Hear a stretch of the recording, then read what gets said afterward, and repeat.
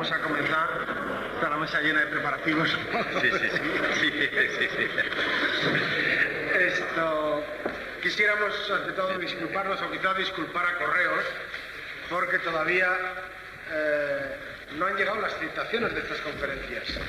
Sin embargo, hace 15 días que están ya en Correos todas las citaciones para todos los socios. La carta con el programa de este último mes del curso presente está ya hace 15 días. Algunos los han recibido y algunos no. Por eso yo les voy a decir lo que va a haber este mes para que lo sepan aquellas personas que no lo hayan recibido. El próximo sábado será una conferencia que dará uno de los expertos de mayor talla mundial en el descubrimiento del fraude de los fenómenos parapsicológicos, una persona que, como ustedes saben, descubrió y demostró además los métodos que empleaba Uri Geller. Entonces va a hablarnos desde ese atalaya en la cual domina la situación sobre los fraudes empleados en parapsicología. El conferenciante del siguiente sábado ya baja mucho en categoría y les hablará de los problemas que tiene la medicina y la psicología. Puede ser que sea un rollo, pero vamos, yo sé que el conferenciante va a hacer todos sus posibles porque quede lo más presentable. Y que si no piensa que estás poniendo frente a un conferenciante. Y por último, el último sábado, que será el día 28 de este mes, será la conferencia de clausura, mismo que el año pasado, en el Paraninfo de la universidad. Como ustedes saben, está a continuación de este pasillo. Y la conferencia la dará el catedrático de Bioquímica de la Universidad Autónoma de Madrid y director del Centro de Enzimología del Consejo Superior de Investigaciones Científicas.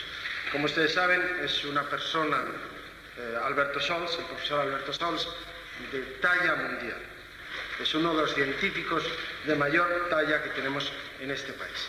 Es tanto la importancia de esta conferencia y de este conferenciante que ya los dos rectores de las dos universidades de Madrid han anunciado su asistencia. Habrá más cosas, además de esto, porque va a ser una sesión muy solemne y entonces se va a aprovechar para dar el título de diploma a aquellas personas que han asistido estos sábados a el curso que aquí se da sábado a sábado sobre ciencia y parapsicología. Todos los que han entregado aquí su tarjeta o un papel con su nombre recibirán el diploma, y para que es este diploma con su nombre puesto, y para que no haya ningún olvido, yo ruego a todos los presentes que, aunque ya han entregado su nombre, que hoy vuelvan a hacerlo y al terminar la sesión vuelvan a entregar aquí su nombre para que podamos tener confeccionado los diplomas con el nombre de cada uno. Por supuesto que todos ustedes pueden invitar a sus amistades a esta sesión solemne del día 28.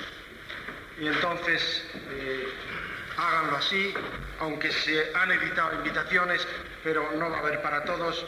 Basta la invitación de ustedes verbal a sus amigos, incluso a los amigos de sus amigos pueden hacerlo extensivo, ya que va a ser un acto, como digo, en el Paraninfo, y el Paraninfo tiene una gran capacidad.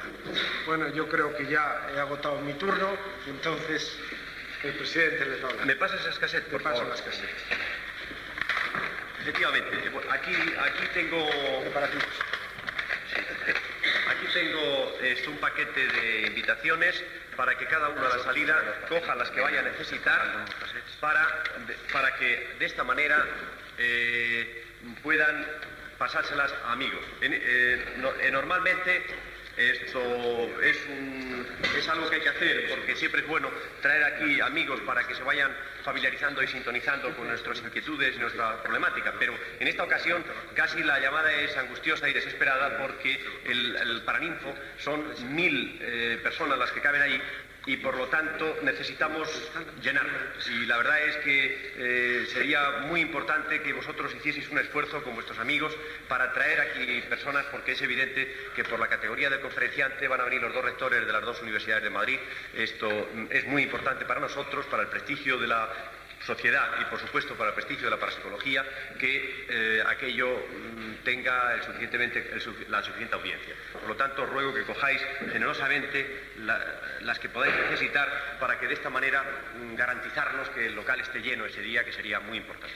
Pues bien, paso sin más. Hoy hemos hecho un prólogo demasiado largo, a presentar a alguien que no necesita presentación, a Darboux. Darboux es un hombre de sobra conocido por todos nosotros. Aquí tengo algunas de las cassettes que él ha grabado. Una cassette que se titula Iniciación a la astrología, curso práctico de hipnosis, práctica elemental, y estos son varias cassettes del mismo. Los ovnis, una realidad, el enigma de la numerología, curso de psicoyoga para occidentales en varias cassettes, un curso de relax, otro de superación personal por el método de psicodinamia y un método de autohipnosis. Entre otras, porque las demás están ya agotadas. Esto es lo que en este momento no está agotado. Pues bien, como sabéis, él es periodista y psicólogo. También dirige la revista Telepsiquia, que aquí hay unos ejemplares encima de la mesa, y que tuvimos la satisfacción de poder distribuir con motivo de la Asamblea General. Hicimos gracias a la generosidad de la revista Telepsiquia, y nuestros socios pudieron tener la primicia de la revista recién salida. Por otra parte, el próximo día 28 nos ha prometido que nos va a mandar más revistas también para nuestros socios, pero como no queremos vivir toda la vida de gorra, pues dentro de la revista pues va una tarjeta para que el que quiera suscribirse lo pueda hacer en un precio muy especial concebido para la Sociedad Española de Parapsicología. Igual que las cassettes, hay un descuento especial también para los miembros, que después hablaremos. Pues bien, Darboux, que como digo no necesita presentación, se ha trasladado de Barcelona con su esposa expresamente para pronunciar esta conferencia. Así que, sin más dilación, le cedo la palabra con la extraordinaria gratitud por su contribución y, sobre todo, por algo que sí me gustaría destacar en esta presentación, por su tremenda honestidad. Darboux, como cualquiera de nosotros, puede ser un hombre equivocado, pero no deshonesto. Sus planteamientos son cada día más serios y cada día más rigurosos. Es increíble, de verdad, en el mundo en que vivimos, que un hombre de su extraordinaria juventud ya tenga las ideas tan claras como las tiene en esta temática. Así que, sin más, con vosotros, el profesor Darboux. Buenas tardes a todos. ¿Me oyen bien? Sí. Bueno, gracias a Ramos Pedra Molina por los elogios que ha hecho de mí. Y les felicito a ustedes por estar aquí, porque esto indica que tienen ustedes interés por la parapsicología en general y, en este caso, por la hipnosis en particular. Me dijeron que hablara de hipnosis y les voy a hablar un poco de hipnosis, y pueden preguntar posteriormente lo que quieran, porque yo creo que si algo está oscuro dentro del mundo de la hipnosis, ahora es el momento de aclararlo. Como ustedes saben, hipnosis viene del griego, significa sueño, y las primeras noticias que tenemos de la hipnosis empezaron ya unos 3000 años antes de Jesucristo, en un papiro que estudió Ebers y Burdos. Se veía un sumo sacerdote hipnotizando a una persona. Allí, esta persona hipnotizada era curada por un sistema de hipnosis que desconocemos, quizá por aquellos tiempos creía, no sé, qué podía ser, influencias astrales, influencias de los espíritus, no se sabe. 3000 años antes de Jesucristo ya se hacía hipnosis. En la Biblia se hace referencia a la hipnosis, en el Talmud también se hace referencia a la hipnosis. Y la hipnosis saltó de Egipto a Persia, a Turquía, fue subiendo por Europa, pasó a Asia, y allí los yogis, los indios, lo utilizaron como autohipnosis para superación personal, para su provecho propio. Pasó incluso a Japón, y también allí se aplicó bastante la hipnosis. Posteriormente, después de Europa, la hipnosis fue a parar a África. Las tribus, los hechiceros de las tribus, utilizaban la hipnosis. Por supuesto, ellos no sabían que era un fenómeno hipnótico, pero ellos, con sus cantos, con sus tambores, con sus ritmos frenéticos, hacían caer a los miembros de la tribu en un estado de somnolencia, que se parecía al estado hipnótico. Y bajo este estado hipnótico conseguía de ellos, pues, influirles, sugestionarles, conseguía lo que quería.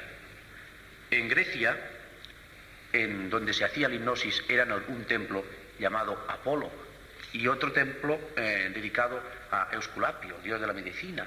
En fin, ellos creían que realmente este fenómeno, que no sabían cómo se llamaba en la antigüedad, de hecho beneficiaba al ser humano, le beneficiaba grandemente, porque una persona bajo este estado conseguía por lo menos curarse. En aquellos momentos lo importante era curarse.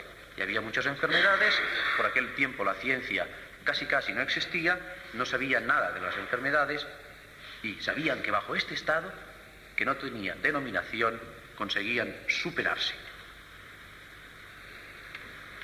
Así fue pasando el tiempo hasta que un buen día Paracelso fue un señor que vivió de 1493 a 1541. Paracelso, digo, era un militar que, además de militar, era también mago, era alquimista, era doctor en aquella época, era aventurero. Este hombre, Paracelso, con sus tropas, recorrió muchos países del mundo y llegó a la teoría de que había una energía procedente de los astros que influía en los seres humanos. Una energía sideromagnética, le llamó él. Una energía que, cuando la recogían los seres humanos, conseguía que ellos, si la asimilaban bien, recuperaran la salud perdida. Y entonces Paracelso empezó a utilizar los imanes, porque con los imanes, decía él, que podía coordinar, por así decirlo, esta energía sideromagnética en el ser humano y conseguir que nadie enfermara. La cuestión es que Paracelso, en aquella época, que se distinguió bastante por estas curaciones, logró efectivamente efectuar algunas curaciones, pero cuando él murió las cosas no fueron a más. Fueron pasando los tiempos y apareció un señor muy conocido por todos, Frédéric Franz Anton Mesmer. Este señor, Mesmer, nacido en Viena, este señor recogió las teorías de Paracelso, estas teorías de la energía sideromagnética, e hizo con estas teorías su tesis doctoral. Y una vez doctor, empezó a utilizar esta energía allí, en Viena. Y efectivamente empezó a curar a gente, utilizó imanes, y bien, esto curaba, iba bien. Poco a poco la ciencia oficial se daban cuenta que este señor Mesmer curaba demasiadas cosas que no interesaba. ¿Cómo lo hacía? ¿Cómo es posible que realmente haya una energía que procede de los astros y cure?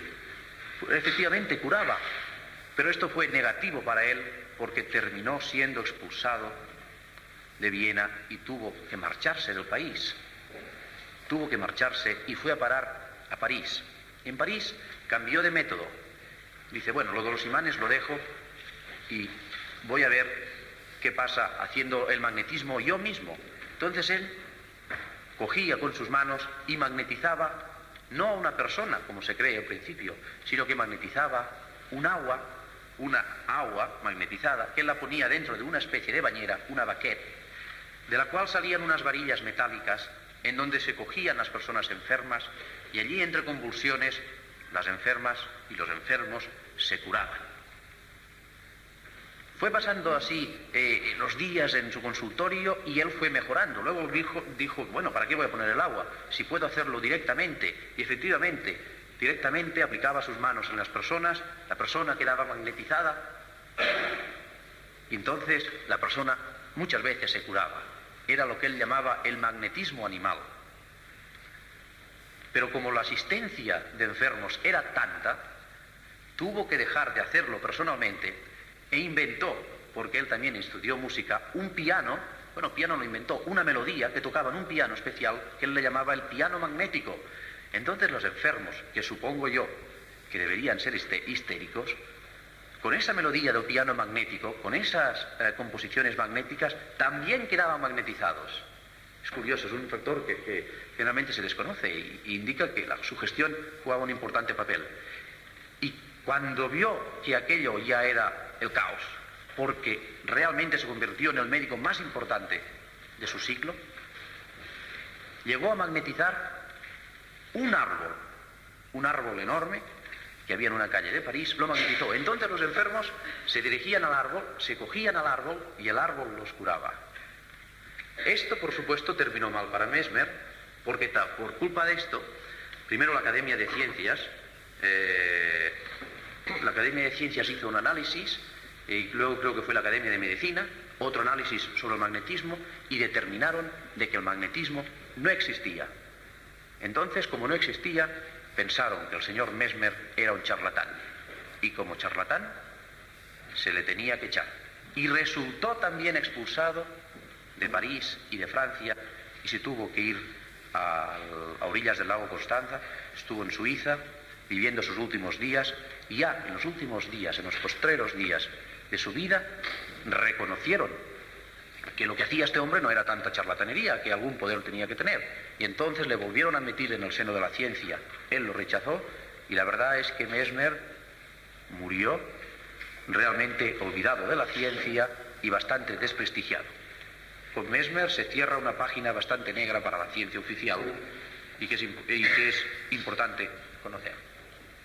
Pasado la época Mesmer, surgió un sujeto que en principio fue sujeto suyo, luego fue discípulo, alumno y luego fue su continuador. Se llamaba Armand de Puysegur.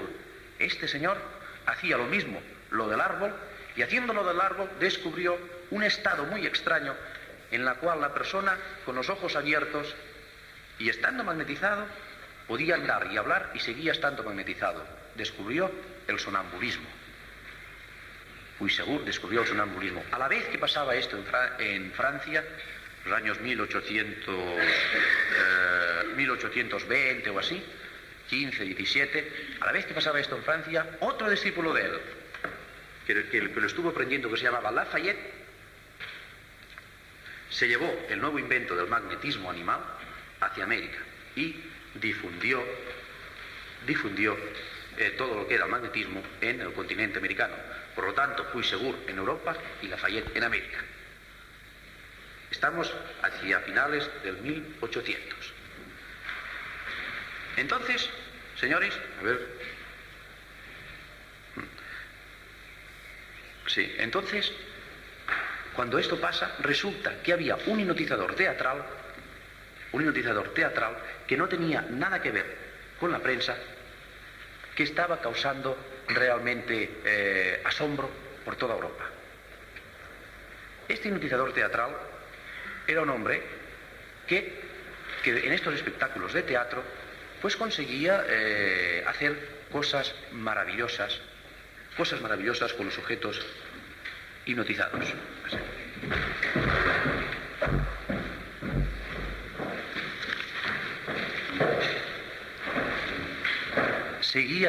Seguía triunfando, se llamaba La Fontaine, y un buen día el Papa de Roma, señores, le llamó y le prohibió al señor La Fontaine que hiciera milagros, porque él decía que la hipnosis era un estado que ayudaba a hacer milagros, y se tuvo que largar de Europa y se fue a parar a Inglaterra.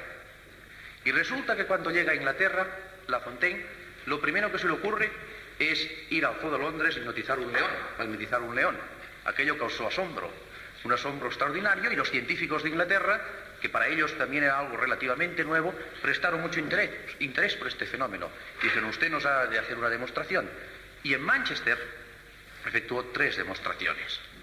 Y en estas demostraciones había un señor que se llamaba James Bright, neurólogo, que la primera vez que lo vio estaba allí, no se lo creyó, pero volvió la segunda vez y vio que era verdad, que allí había algún fenómeno.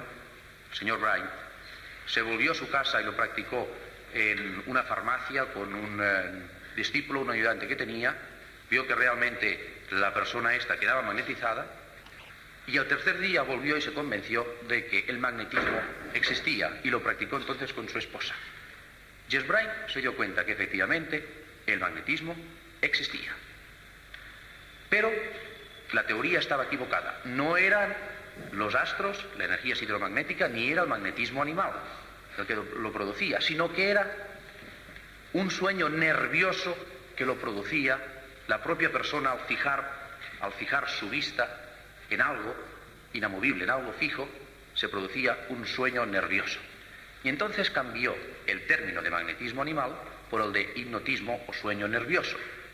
Y así fue como este señor, poniendo solamente una moneda delante suya, o poniendo una moneda en la frente y haciendo que la persona mirara la moneda, intentara mirar, que no podía mirar, y al oír el contacto quedara hipnotizado y realizara algunas operaciones. Y fue bien. Este hombre consiguió muchas curaciones y algunas operaciones bajo este estado de hipnosis, pero a pesar de todo también fue desprestigiado por sus colegas, y cuando murió lamentablemente olvidado también por la ciencia. Igual que un discípulo suyo que se llamaba Zam, en Burdeos, en Francia, le pasó exactamente lo mismo, desprestigiado por creer en una cosa maldita llamada hipnosis por aquel entonces. Las cosas se fueron solucionando cuando al principio de 1815, 20, apareció por Francia un señor que se llamaba Bernheim y Livol, que fundaron la escuela de Nancy. Dijeron, el fenómeno hipnótico existe, lo que hemos de hacer es demostrar científicamente que existe. Y estos señores trataron más de 6.000 casos de enfermos por el solo acto de la sugestión.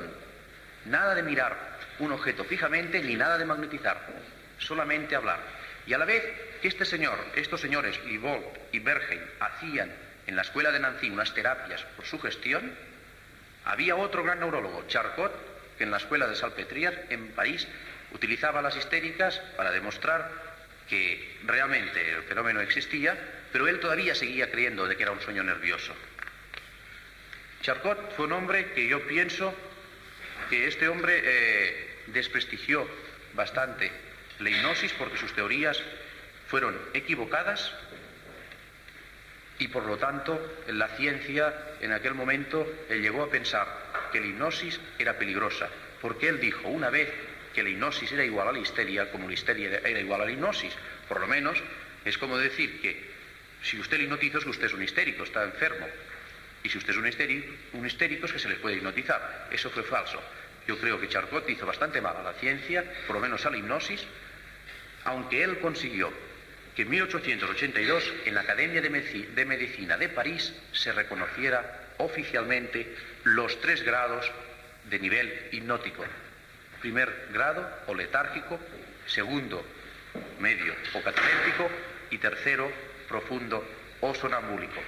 Este fue el mérito. Cuando murió Charcot, los mismos discípulos de Charcot fueron a parar a Livol y Bernheim, que sostenían la teoría de la sugestión, y allí se vio que realmente la hipnosis era un fenómeno en principio sugestivo. No era ni magnético ni era de sueño nervioso. Después de Livol y Bernheim, otro vacío en la historia, otro hombre importante, Sigmund Freud, que estuvo aprendiendo hipnosis con Livol e incluso con Charcot, pero que él mismo, como él mismo reconoce en su autobiografía, se consideró un mal hipnotizador y entonces inventó el psicoanálisis, porque era más fácil para él. Este hombre que vino de Viena, como vino años antes Mesmer, pudo haber hecho llegar la hipnosis a un nivel realmente extraordinario, la desechó y la hipnosis cayó desde finales del siglo pasado en un olvido total hasta que llegó la Guerra Mundial. La primera y la segunda, sobre todo en la segunda. La Segunda Guerra Mundial creó una cantidad de neurosis increíbles, no se lo pueden imaginar. Y los médicos, los terapeutas de los diversos ejércitos, sobre todo los norteamericanos, tuvieron que echar mano de todas las formas de terapia que conocían y utilizaron hipnosis y se dieron cuenta que la hipnosis era algo efectivo y algo real. Por lo tanto, desde la Segunda Guerra Mundial para acá, ha sido cuando la hipnosis podemos decir que ha empezado a practicarse científicamente. La medicina oficial, la ciencia oficial, tiene muchas páginas negras dentro del campo de la hipnosis hasta la Segunda Guerra Mundial. Esta es la verdad. Pasado esto, ya casi en nuestros días, otro doctor sudamericano residente en Barcelona, el doctor Caicedo, va y se idea la sofrología. Sofrología, en principio, era hipnosis. Porque según él, el término hipnótico pues sonaba bastante mal porque sonaba a algo mágico y oculto y consideró que sofrología era más serio que no hipnosis. Aunque luego, posteriormente, los sofrólogos, lo digo por si aquí hay algún sofrólogos, vaya diciendo por ahí de que la sofrología no es solo hipnosis, sino que además comprende otros estados de meditación, de interiorización, el yoga, el zen, el tao, en fin. Pero en principio la sofrología era hipnosis, hipnosis médica, como quieran llamarle, pero era hipnosis. Y así estamos con la hipnosis. Ahora bien, de acuerdo, el fenómeno hipnótico, todos los que estamos aquí sabemos que existe, pero ¿qué es lo que lo produce? ¿Es realmente el magnetismo sideromagnético? ¿Es el magnetismo animal? ¿Es la sugestión? ¿Es realmente un problema histérico, un problema psíquico, un disturbio psíquico el que lo produce? Ahora vamos aquí a analizar las diferentes teorías que existen sobre el fenómeno hipnótico y que es necesario que ustedes conozcan por si alguna vez les piden opinión. Existe primero la teoría magnética, en la cual se dice que el magnetismo, que el fenómeno hipnótico se produce por magnetismo. Un magnetismo que antes procedía de los astros, pero que ahora ya no procede de los astros y que es el propio ser humano quien lo desprende. Bien, esta teoría está demostrada que no es verdadera en cuanto al fenómeno hipnótico. No voy a entrar ahora aquí en disquisiciones si el magnetismo existe o no existe, pero la prueba de que la hipnosis se puede conseguir a distancia y telepáticamente demuestra que no, por lo menos no se hace magnéticamente. Primera teoría, magnetismo descartada. Segundo, teoría patológica, la de Charcot, una histeria. ¿Es una histeria? ¿Realmente solamente un histérico puede ser hipnotizado? Mentira también, no es cierto, no es verdad. Todo el mundo puede ser hipnotizado y todo el mundo ha sido, bueno, o todos los que se han sometido, en mayor o menor grado, prestándole más atención o menos atención, quiero decir, entrando rápidamente o entrando después de varias sesiones a la hipnosis, se pueden someter sin necesidad de tener ningún trastorno psíquico. Por lo tanto, lo de la histeria tampoco es válido. Tercero, disociación psíquica. Hay autores que sostienen que lo que se produce en el estado hipnótico es una disociación psíquica entre el consciente y el subconsciente, podemos decir, o sea, que hay dos personalidades. Es como un caso de posesión, ¿saben? Yo realmente soy yo, pero ahora estoy interpretando otro papel, ¿eh? El de hipnotizado. Se produce una disociación, son dos personas diferentes en una sola. Tampoco sirve, hay después la teoría volitiva, en la cual se aboga porque la hipnosis se produce simplemente por la voluntad imperiosa del hipnotizador. Aquí usted está durmiendo y durmiendo y a dormir, a dormir, a dormir. Por supuesto, esto no es verdad, porque no se necesita ninguna voluntad para hipnotizar a nadie, sino lo que se necesita es técnica para saberlo hacer. Después tenemos la teoría fisiológica, la cual se dice que en fisiología una serie de repetición de estímulos continuados, como sostenía el ruso Pavlov, producían la hipnosis. Muy bien, esto lo puede producir en animales irracionales, como puede ser el perro, como lo hizo Pavlov, en animales irracionales donde no tienen consciente, que efectivamente una serie de estímulos provoca unas respuestas. Y en parte tiene razón, es así, pero hay otro proceso más profundo todavía que luego veremos. Tenemos también la teoría interpretativa, en la que se dice que es simplemente un actor.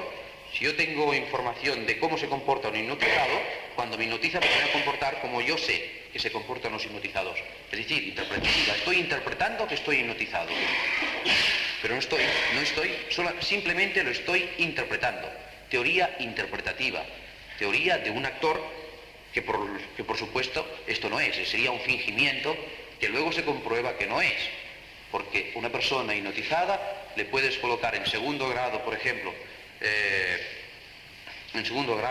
le puedes colocar un frasco de amoníaco debajo de la nariz y si estuviera hipnotizado, el hombre no lo resistiría, si no estuviese hipnotizado.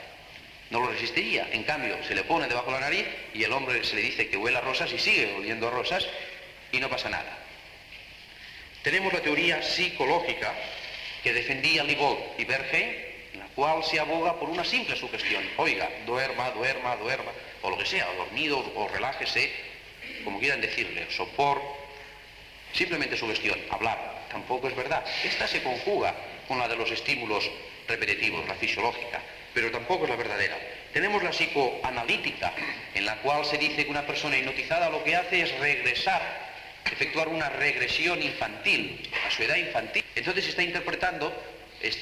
no interpretando, sino sintiéndose como él era cuando era un niño. Entonces, cuando uno está hipnotizado, lo que hace es volver a su edad de niño y se comporta como un niño, obedece, lo que dice el hipnotizador es como el padre, y él interpreta de una cierta manera, pero es una regresión infantil. Tampoco es verdad esta. Y luego finalmente tenemos la psicosomática. La teoría psicosomática, que es la que está reconocida ya mundialmente, la que sostienen todos los psicólogos, todos los psiquiatras del mundo, en fin, siempre pueden haber algunas excepciones, en la cual se dice que es una conjunción de psicología y de fisiología. Por lo tanto, la hipnosis es un fenómeno sugestivo, realmente sugestivo, de hablarle, que tiene un proceso, como Libold y Berger dicen, fenómeno sugestivo, que tiene un proceso neurofisiológico. Es decir, un proceso realmente nervioso, como decía Bright, y fisiológico, como decía Charcot. Aunque Charcot también sostenía lo de la histeria, pero también es fisiológico, como Pavlov, quiero decir, como sostenía Pavlov. Un fenómeno sugestivo que tiene un proceso neurofisiológico. Esto, si quieren, se lo pueden apuntar, porque es así. Hipnosis es un fenómeno sugestivo que tiene un proceso neurofisiológico. Los estados, hemos dicho, de la hipnosis, que son 3, el hipnotial o letárgico, el primero. El segundo, grado medio, se llama cataléptico. Y el tercer grado, el más profundo, se llama sonambúlico. En los diferentes estados se consiguen cosas muy diferentes. En una se consiguen simplemente inhibir el consciente. Bueno, les voy a explicar los procesos mentales. Los procesos mentales de todo ser humano, de todos los que estamos aquí, son los siguientes. Explicados a grosso modo, para que la mayoría lo entiendan, ¿no? Ustedes perciben algo, ¿no? Perciben un cassette, por ejemplo. Eso lo percibe la zona de percepción del consciente. Espere, lo voy a dibujar. ¿Puedo dibujarlo? Sí.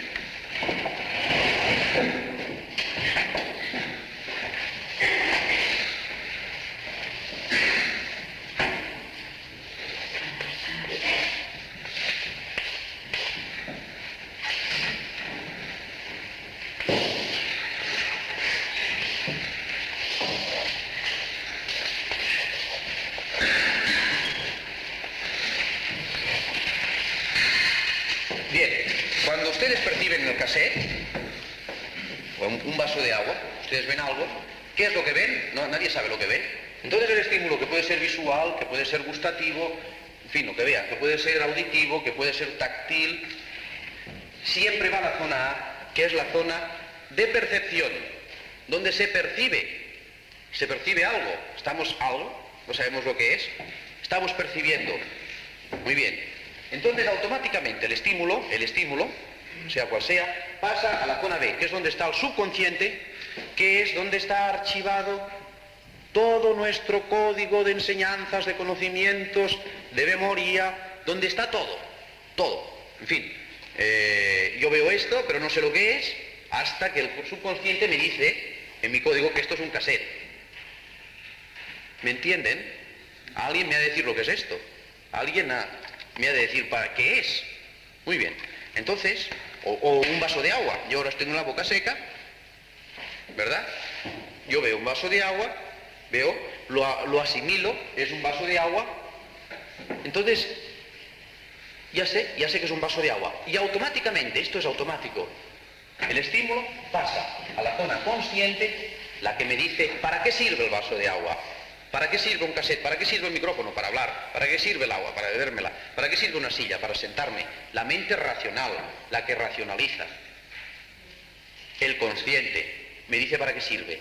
Y como tengo la boca seca, entonces automáticamente el estímulo pasa a la zona premotora, que está directamente conectada con el sistema nervioso central de la persona, con todos los órganos nerviosos de la persona, con la columna, da la orden de hacer el acto físico y muscular de coger el vaso de agua y bebérselo.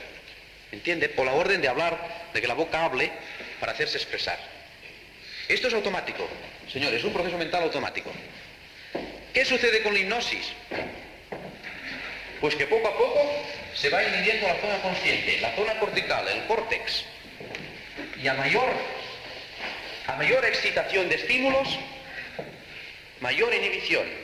Y a mayor inhibición, mayor profundidad hipnótica. Y llega un momento, por eso, según el grado en que uno se encuentre, se hacen cosas más difíciles o menos difíciles, a mayor profundidad hipnótica, pues se puede dominar mejor el cuerpo. Entonces, al estar inhibido, cuando el proceso mental va, percepción subconsciente, no va al consciente porque el consciente no reacciona. No funciona, está inhibido. Ya va directamente a la premotora y ejecuta el acto físico de lo que se le mande. Si hacemos una experiencia de hipnosis y se le dice, usted ahora le está picando la oreja, como no va a la zona consciente, usted le pica la oreja y lo siente, rásquese, el otro va y se rasca. Está tocando el violín, el otro toca el violín porque la zona consciente no racionaliza, no dice, ¿cómo me va a picar la oreja si no me pica? ¿Cómo voy a tocar el violín si no tengo violín aquí? Ni me gusta tocar el violín ni sé tocar el violín. Pero como no racionaliza, pues el otro toca el violín. Hace ver, parece que toca el violín y él ve el violín para sí, es una alucinación. Incluso siente cómo toca el violín y le preguntas, ¿y qué canción tocabas y tal? Y te lo explica. Me oyen y me entienden, quiero decir. ¿Está claro esto? Entonces la hipnosis es simplemente una inhibición de la mente consciente que se consigue con una serie de estímulos repetitivos y continuados que van actuando sobre la corteza cerebral lentamente hasta conseguir inhibirla. Y a mayor inhibición, pues mayor profundidad del estado hipnótico. Por ejemplo, la hipnosis siempre, la hipnosis psicológica, la que pueden utilizar en un sanatorio psíquico, que es una hipnosis fisiológica, que son unas presiones en ciertas zonas del cuerpo, no le llamaría hipnosis, yo le llamaría karate o le llamaría otra cosa, pero no hipnosis. La hipnosis, sueño, es siempre psicológica. Entonces, si usted primero empieza siempre por una relajación, después de la relajación, un estado hipnotial, un primer grado, un segundo grado, un tercer grado, y si se lo hace uno mismo, consigue el mismo la autohipnosis. Y entonces es la hora en que una persona le puede hablar a su mente, le puede decir a su mente profunda, a su subconsciente, en donde radica la potencialidad, sí, seguramente, que se recupere, que se supere, que se vigorice, en fin, la orden que sea. O se le da la orden de que se le extirpe un hábito pernicioso que le está molestando. Uno va a un psicólogo que utiliza hipnosis, o un psiquiatra, le hipnotizan, le dejan en sueño hipnótico, o que utilice sofrología, da lo mismo. Y cuando está así, con la mente consciente inhibida, se dice que no puede fumar, porque el tabaco le sienta mal, porque tal, porque cual, porque va mal para la salud, porque se va a morir, porque no sé qué, porque produce esto, porque produce lo otro. Y la mente subconsciente lo asimila, lo graba. Es como un gran magnetofón, que todo, absolutamente todo se graba. Absolutamente todo. Y allí queda grabado.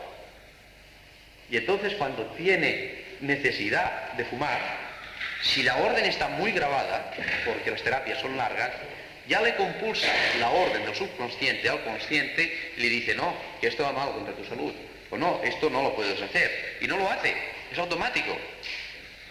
O sea, aquí está grabado todo nuestro código moral de conducta desde que hemos nacido.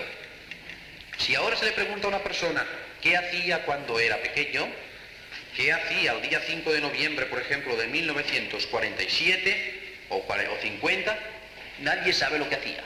Pero con una regresión sí se sabe lo que hacías. E interpretas en aquel momento, vives, te tiras al suelo si eres un niño, lo que hacías. Porque el subconsciente aquí está grabado todo. ¿Entienden?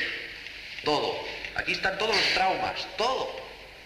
Así funciona el sistema terapéutico de regresión.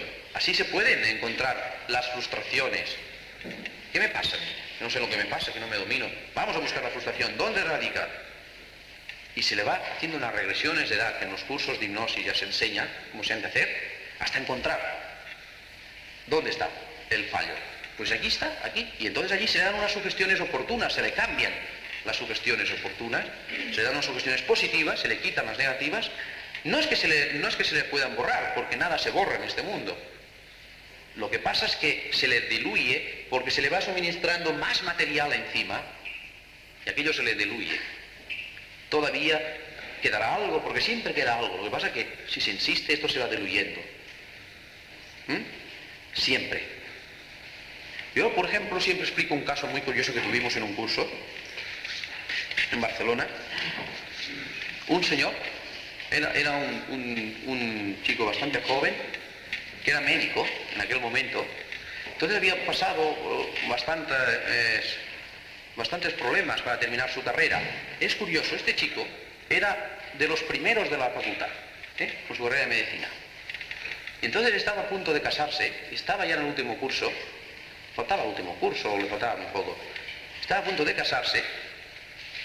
Mira por dónde resulta que va a las fiestas esas que hacen ya previas para celebrar el fin de curso y tal, y encuentra a su novia, fíjense ustedes, que es curioso, encuentra a su novia que se estaba besando con un compañero suyo de clase, los encuentra allí, en no sé qué parte, escondidos y tal.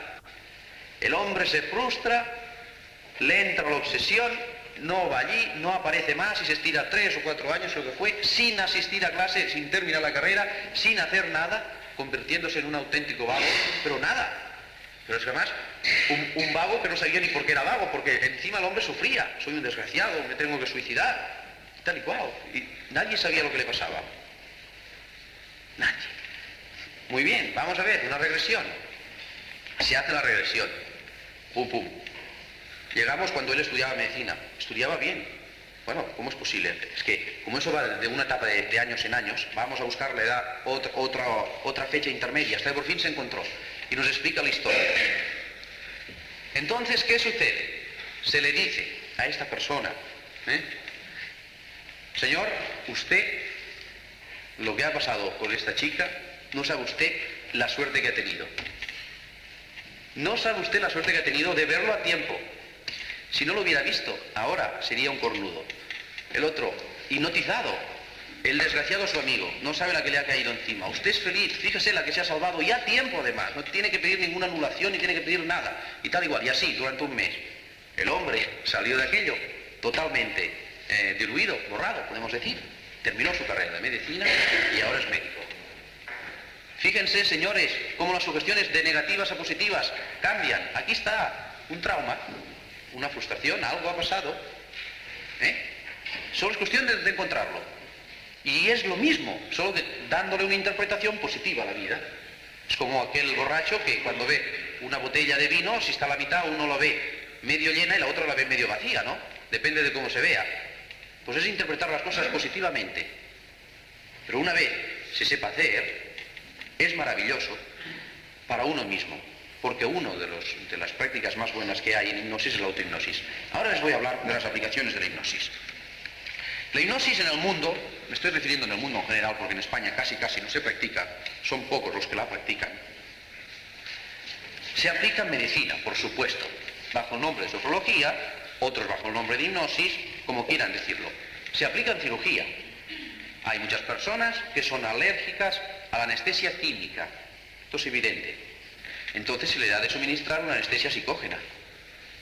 No hablemos, por ejemplo, existe en el parto sin dolor también.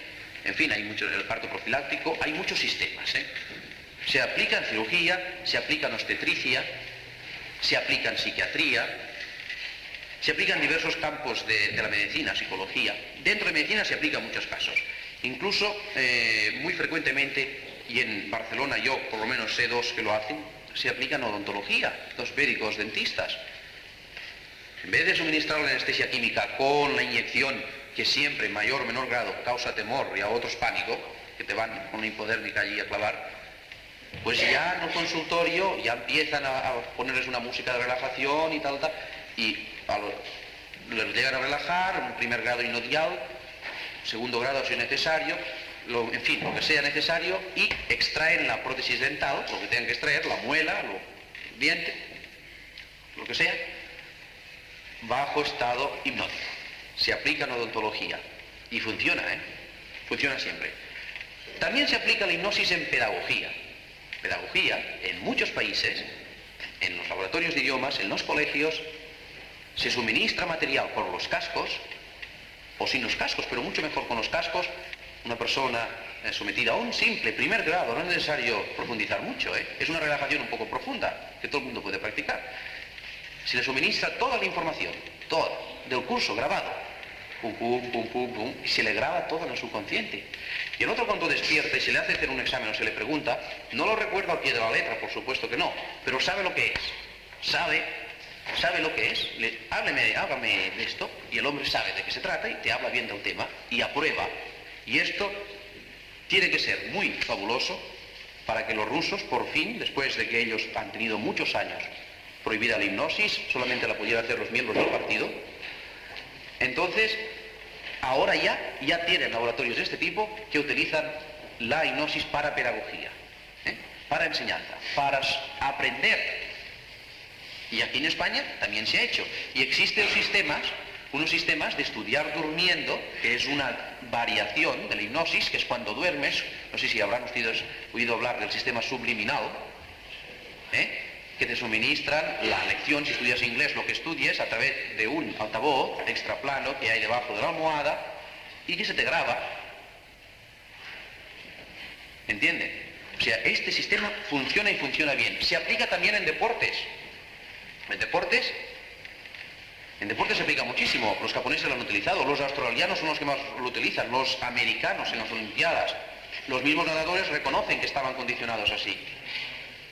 Lo reconocen, realmente así fue, estaban condicionados. Y se aplica en fútbol incluso, en Italia, creo que fue hace 2 años, había un equipo de tercera división, creo que fue, que lo cogió un psicólogo, dice, nada, yo no voy a hacer esta experiencia. Pues en un año subió segunda y luego subió primera y perfectamente bien. Y les hacía hipnosis. Yo mismo he visto a Elenio Herrera, cuando era entrenador del Barcelona, cómo utilizaba técnicas de sugestión. Yo he visto.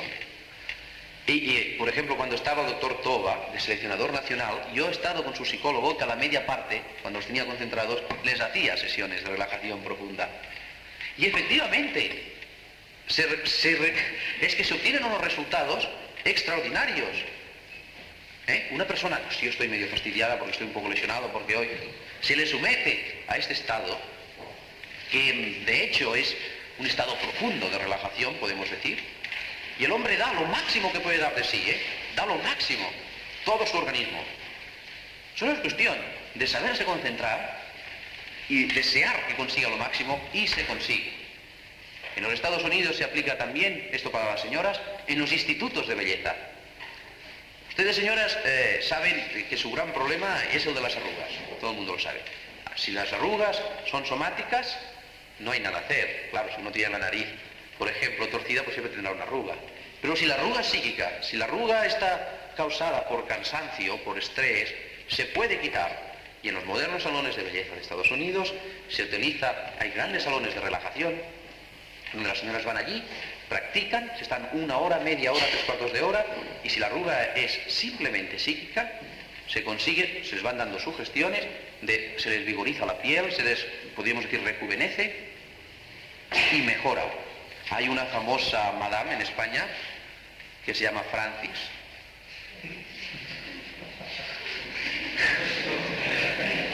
Yo he estado en su instituto Ahora ya aplica yoga. Y las señoras allí hacen yoga. Pero no se crean que el que quita la arruga es ponerse en posición flor de loto. No, no. Lo que quita la arruga es el estado de relajación que las tienen. Esto es importante. Esto ayuda, vigoriza la piel. Siempre y cuando, ya digo, no sea un problema del propio organismo, ¿no? Que le tenga una cicatriz. Pero si es por cansancio, se supera. Y con simple relajación se notan estos ejercicios. Se notan, de verdad. No se lo pueden imaginar. El dormir mal y todo esto se supera. Porque piensen que media hora de relajación, simplemente media hora, equivale a 2 horas de sueño fisiológico. Fíjense, el organismo descansa mucho más profundamente. Es mucho mejor. Bueno, también se aplica la hipnosis en espectáculos, esto por supuesto, todo el mundo lo sabe, en teatros, en películas, en televisión, en muchos sitios se aplica en Alemania, por ejemplo, en Estados Unidos, en cabarets también por las noches hacen sesiones de hipnosis espectacular, muchas de ellas son trucadas, otras no. En fin, es una actividad más, una aplicación más de la hipnosis que muchos desprecian, pero que yo no desprecio, porque la gente que se dedica a hacer esto, que realmente trabaja siempre, yo sí lo he comprobado, en primeros grados muy sencillos, porque no les da ni tiempo de profundizar, lo que hacen en el fondo es fomentar la hipnosis, de alguna forma.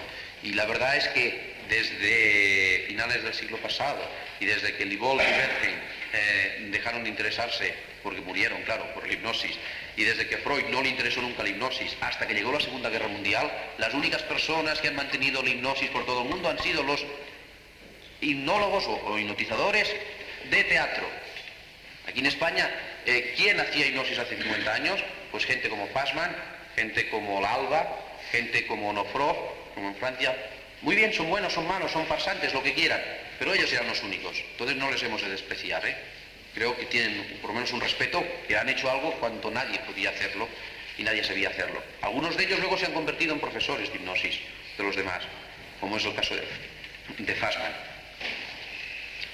En fin, la hipnosis espectacular es otro sistema más. Se aplica también la hipnosis en la ciencia. Yo tengo informaciones sobre los de la NASA, sobre algunas cosas de la NASA, y algunas investigaciones, y algunas cosas, y efectivamente consiguen que una persona hipnotizada, se le ponga rodeada de hielo, como si estuviera en el Polo Norte, se les den sugestiones de calor, de que su cuerpo genera calor, mucho más calor, genera mucho calor, y consigue esta persona, como si de un fenómeno paranormal se tratara, fundir el hielo alrededor. Parece también increíble, pero es verdad. Por lo tanto, se aplica dentro de la ciencia. Se aplican para psicología. No voy a decir ahora, estando Ramos Peira adelante, que se aplican para psicología. Pero ya saben que la hipnosis en parapsicología facilita la exteriorización del fenómeno paranormal. Porque el gran inconveniente del fenómeno paranormal, que se ha producido conscientemente, me estoy refiriendo, es que la mente consciente, pues, divaga, se dispersa, no se concentra e evita que se produzca. En cambio, cuando se inhibe, si una persona tiene facultades, es más fácil producir el fenómeno paranormal. Si una persona tiene facultades de clarividencia o de telepatía, de precognición, una persona con la mente inhibida, si tiene facultades y le transmito la imagen, la recibe perfectamente. En fin, se aplica dentro de este campo. Se aplica también en la vida profesional. En Inglaterra mismo ya ha llegado, y en Japón ha llegado al extremo máximo. Allí en las grandes cadenas de trabajadores, tipo SEAT, como diríamos aquí, o tipo una casa de televisores, en fin, donde trabaja gente, mucha gente, como no rinden muchos, porque muchos, como siempre, en las cadenas siempre falta gente y tal y cual, entonces se les da sugestiones de que cada una hora, por ejemplo, si tienen necesidad de ir al lavabo o de fumar un cigarrillo, se levantarán, estarán 5 minutos, fumarán un cigarrillo o 1 minuto y volverán, y solamente se concentrarán en lo que hacen, en poner el tornillo, o en hacer el agujero, o en hacer lo que hacen, y sale bien. Han obtenido más rendimiento. En Inglaterra han llegado al extremo de fábricas de gente que no fuma nada, los tienen tan acondicionados que no fuman nada mientras trabajan. O sea, para que estén solo en la cadena, con el agujero y tal, esto parece ya una cosa inhumana. Pero, quiero decir, rinden más. En la vida profesional se utiliza.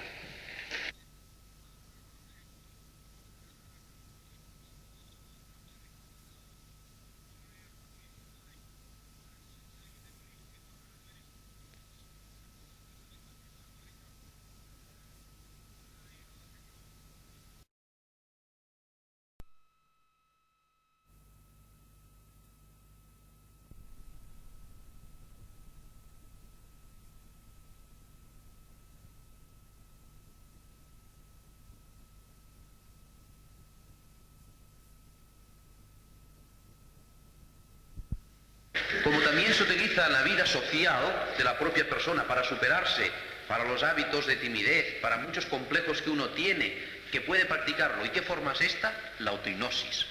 La autohipnosis es el sistema más sencillo, es el sistema que más se conoce en Estados Unidos y que allí lo practica todo el mundo. Allí son muchos los cassettes, los discos, los métodos de autohipnosis que la gente utiliza, porque para vivir aquella situación de estrés solamente se puede mantener con autohipnosis. ¿Qué es autohipnosis? Una superación personal. ¿Qué es la hipnosis? La hipnosis es un estado de relajación profunda. Por lo tanto, yo les digo lo siguiente: si ustedes aprenden a relajarse, ustedes serán otros hombres, otras mujeres. Ustedes se superarán en verdad y lograrán lo que nunca imaginaron lograr. Solamente les pido que se relajen. Pruébenlo esta noche. Relájense si saben, si les han enseñado. Y si no les han enseñado, da lo mismo, aunque esto parezca comercial. Y es que de hecho lo es, yo no miento a nadie. Aquí tenemos unos cassettes de relajación que solamente tienen que escucharlo y seguir la respiración que aquí se dice, nada más. Y cuando ustedes se relajen, mañana me lo explican cómo han dormido ustedes y si han notado diferencia. Una vez sepan relajarse, pueden conseguir hacer trabajar la mente en su propio beneficio. Pueden lograr lo que deseen por el método de dinámica psíquica, psicodinamia, por un método que consiste en trabajar positivamente, en darse sugestiones propias y hacer que éstas actúen sobre el propio organismo. Método de psicodinamia, segundo método para los que sepan relajarse. Método de superación realmente, método muy bueno. Y si usted lo que tiene ahora es un hábito de drogas, un hábito de alcohol, un hábito de fumar, un hábito sexual, un hábito de cleptomanía, la autohipnosis, un método de relajación todavía más profunda en la cual una persona misma puede autohipnotizarse y conseguirse extirpar todo tipo de hábitos, vicios y tendencias perniciosas. Esto es superación personal, señores. Y esto está solamente encaminado para que ustedes, para que el ser humano por sí mismo se supere. Que no me diga como allí hay un señor que me hacía así con la cabeza diciendo que no le han enseñado a relajarse. Todo el mundo puede aprender a relajarse, todo el mundo puede aprender a superarse y de hecho, aquí están las pruebas, solo es cuestión de quererse someter, de probarlo, solo es cuestión de poner buena voluntad y escuchar. Yo creo que la hipnosis no le hará daño a nadie. Ahora vamos a pasar al coloquio, porque ustedes pueden preguntar, pueden tener dudas y yo les aclararé.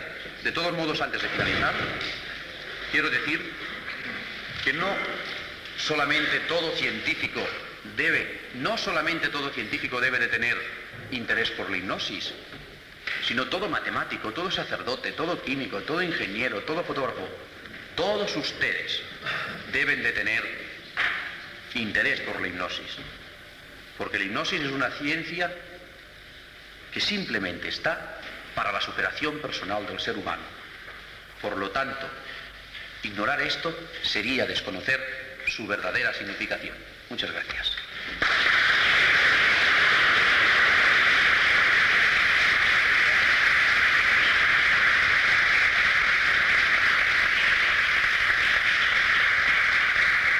Bien, ya hay varias manos que se levantan, se inicia el coloquio, la primera mano fue al fondo, luego irás tú.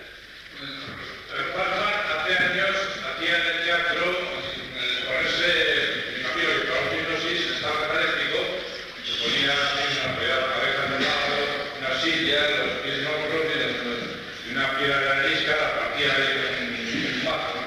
También hacía otro estado que solamente sería el de sonambulismo, puesto que caminaba con los ojos vendados por el patio de butacas y eliminaba objetos donde se encontraban, etc. Naturalmente, puesto que la hipnosis es el sacar la energía, los electrones, digamos, el magnetismo, sacarlo fuera, supongo que está saliendo fuera, pues va pasando por distintas fases. O sea, la hipnosis consiste, por lo visto, pregunto yo, en convencerse a sí mismo de que el magnetismo va a explicarse. Bueno, el magnetismo científicamente no existe. O sea, estamos hablando de procesos neurofisiológicos que son producidos por un fenómeno de sugestión, ¿no? Entonces, la autohipnosis consiste en sugestionarse, autosugestionarse, su mente interna, de que usted puede lograr aquello y de hecho lo logra. ¿Me entiende? Evita que la mente se disperse. Simplemente esto. Y provoca que el subconsciente trabaje para uno mismo. Porque vamos a ver. Yo ahora aquí le pongo un tablero. Simplemente esta mesa. Usted sería capaz de pasar ahora por esta mesa, ¿verdad? Por encima de la mesa. Pero esta misma mesa, ese mismo tablero, a 50 metros usted no lo pasa. ¿Por qué no lo pasa? Porque se sugestiona, porque me voy a caer, porque voy a tener vértigo, pues cuando pase me voy a dar aquí, me voy, ya está, ya estoy, aquí no paso, me voy, me caigo y no lo paso y no lo pasa. ¿Y por qué no? Si es el mismo tablero. ¿Qué razón hay? Díganme, ¿qué razón lógica hay? Simplemente el miedo, la sugestión negativa. Con autohipnosis lo que se consigue es hacer trabajar la mente siempre a favor suyo. Siempre, y consiguiendo cosas que normalmente no conseguiría, como esta. Respecto a los espectáculos estos de Fassmann, esto que usted me ha dicho era truco. Lo sé porque yo he sido alumno de Fassmann muchos años y los podría hacer ahora mismo si quiere aquí. Ahora mismo, pero quiero decir. Es un espectáculo teatral donde la gente paga 100, 200 pesetas y que, como dice, y el caso Uri Geller también lo comprendo, la gente como paga, lo que no puede decirse es sentarse y decir, señores, hoy tengo un mal día y esto no sale, y todos a la calle. No, han de ver un espectáculo, ¿me entienden? De todos modos, ve, esto fomentó su interés por la catalepsia y por el sonambulismo. También es positivo. ¿Puede la autohipnosis inhibir una hemorragia? No, una hemorragia es una cosa fisiológica y una hemorragia no se puede conseguir por autohipnosis, o sea, no se puede, no es inhibir, quiere decir cerrar. Cerrar una hemorragia de sangre. No, porque la hemorragia es una cosa fisiológica que no tiene nada que ver. Estamos hablando de enfermedades psicógenas de la mente. Entonces, ¿cómo inhibe el dolor? Porque lo que inhibe del dolor es el resultado del dolor, no la enfermedad. Por ejemplo, si usted tiene una úlcera de estómago, por mucho que yo le hipnotice, usted está sufriendo, ¿no? Yo le quitaré la sensación de dolor, el resultado del dolor, esto sí, esto es una cosa fisiológica, ¿eh? O por ejemplo una persona que se rompe un brazo, se le sugestiona, se le hipnotiza, para que no tenga dolor, y él no siente dolor. Sus centros nerviosos en estos momentos están inhibidos, pero eso no quita que siga teniendo el brazo roto. Esto no, esto son cosas fisiológicas, como decía antes, lo de la nariz torcida, una cosa de esta. No, si usted se rompe un brazo... ¿En caso de estaciones dentarias, por ejemplo?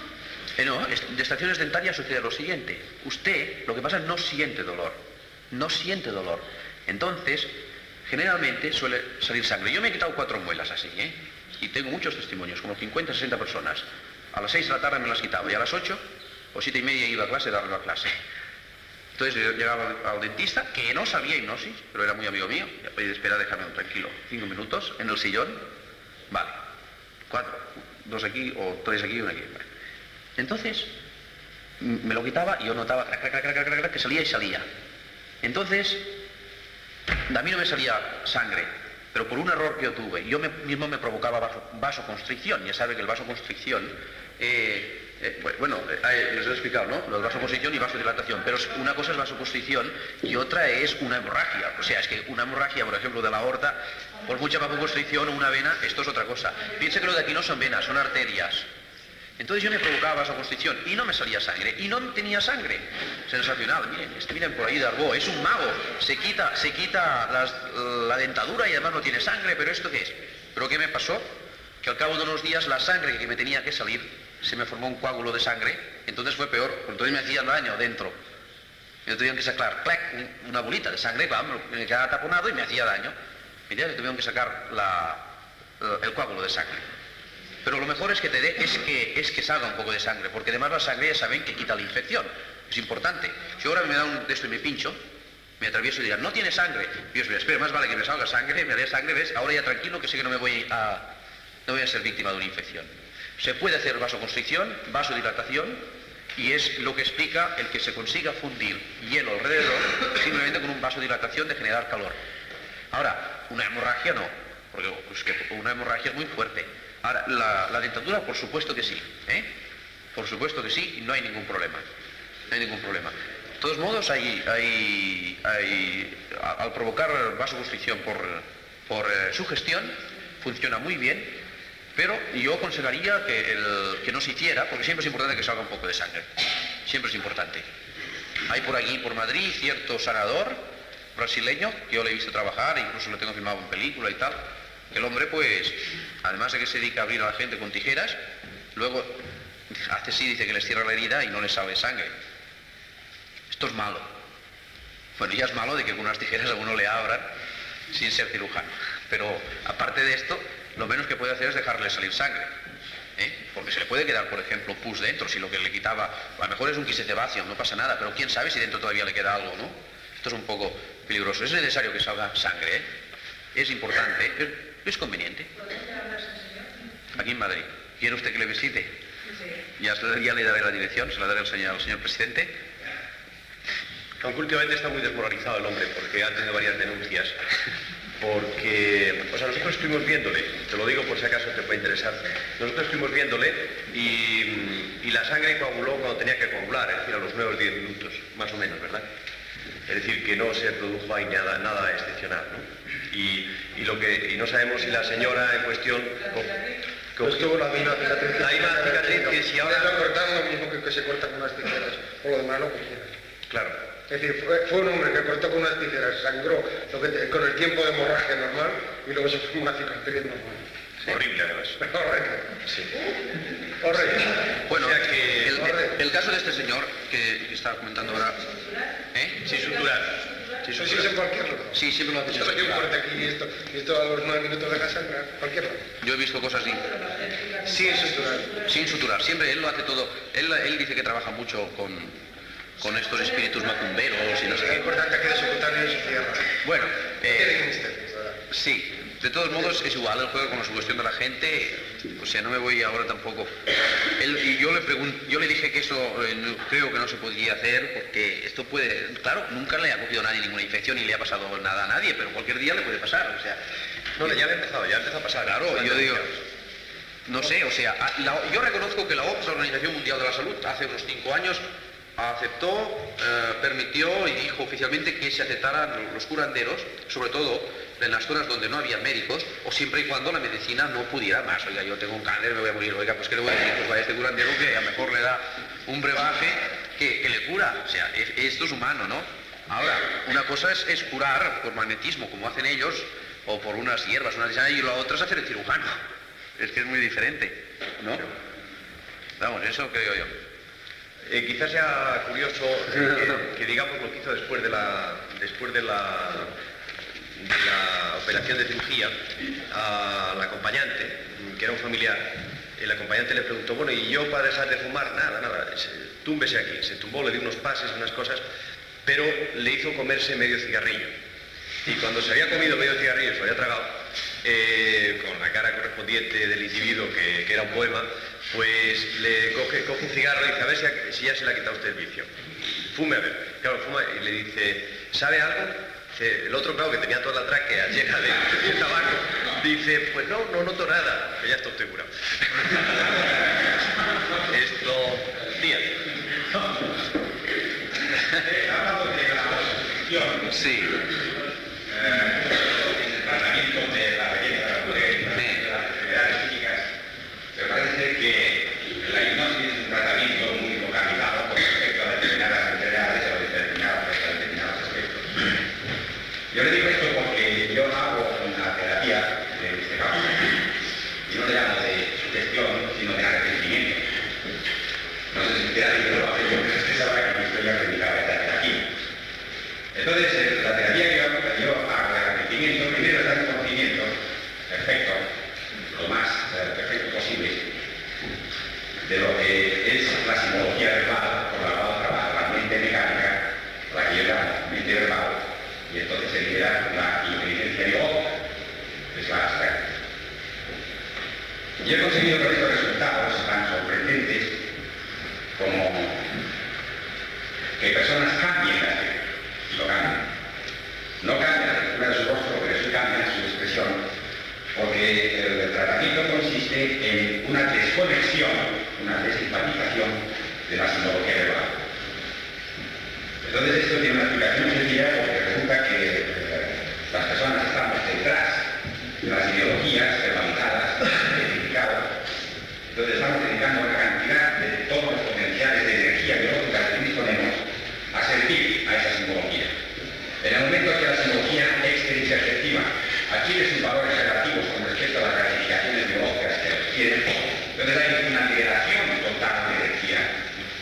y todo el cuerpo, todo el soma, todo el biosoma y todo el psicosoma puede dedicarse, primero de todo, a regular las estructuras regulares, a regular las funciones y a dedicarse a una funcionalidad biológica perfecta y va desconectando los mecanismos del pensamiento. Entonces, yo he practicado la hipnosis y he visto que para hipnotizar hay que centrar, hay que dirigir con un foco a un determinado punto. Entonces, yo he querido ver qué es la hipnosis. Como yo he descubierto que la motivación del hombre viene de dentro, una cosa que se llama sufrimiento biológico como consecuencia del sufrimiento fetal que tenemos también. Entonces, esto es una inversión de los potenciales que van desde dentro hacia afuera. Y entonces, esa inversión que viene de la motivación desde el exterior produce una inversión de corrientes y produce esta desconexión, no tal como se la explica aquí, porque yo no localizo, no me gusta localizar, y produce la desconexión. Y entonces resulta que todas las sugestiones que van de fuera adentro siguen el curso hacia los receptores. Porque el circuito estático no varía, el circuito estático es el mismo, pero sin embargo el curso de la energía, el potencial, se invierte. Entonces, al invertirse, en vez de obedecer a las motivaciones internas, está obedeciendo a las sugestiones externas como consecuencia de esta inversión. Pero sobre todo, puesto que veo que usted tiene una escuela de esto, de autosugestión y de hipnosis, la mejor fórmula para generalizar, porque a una persona, a una mujer, por ejemplo, se le puede quitar las arrugas de la cara de los ojos. Porque las arrugas de los ojos es como una preocupación excesiva con respecto a algo. Sí. Pero después de localizar esta preocupación, esa especie de psicoanálisis, se lo tiene que traer, y cuando se lo trae usted se lo cura. Pero si por este sistema de arrepentimiento lo que hace es una liberación total. Bueno. Y yo he tenido enfermos esquizofrénicos que los han desahuciado los psiquiatras, y al cabo de 2 o 3 meses las personas son casi normales. Son personas que son capaces de estar escuchando durante un cuarto de hora sin practicar. Sí. ¿Sabes lo que quiero decir?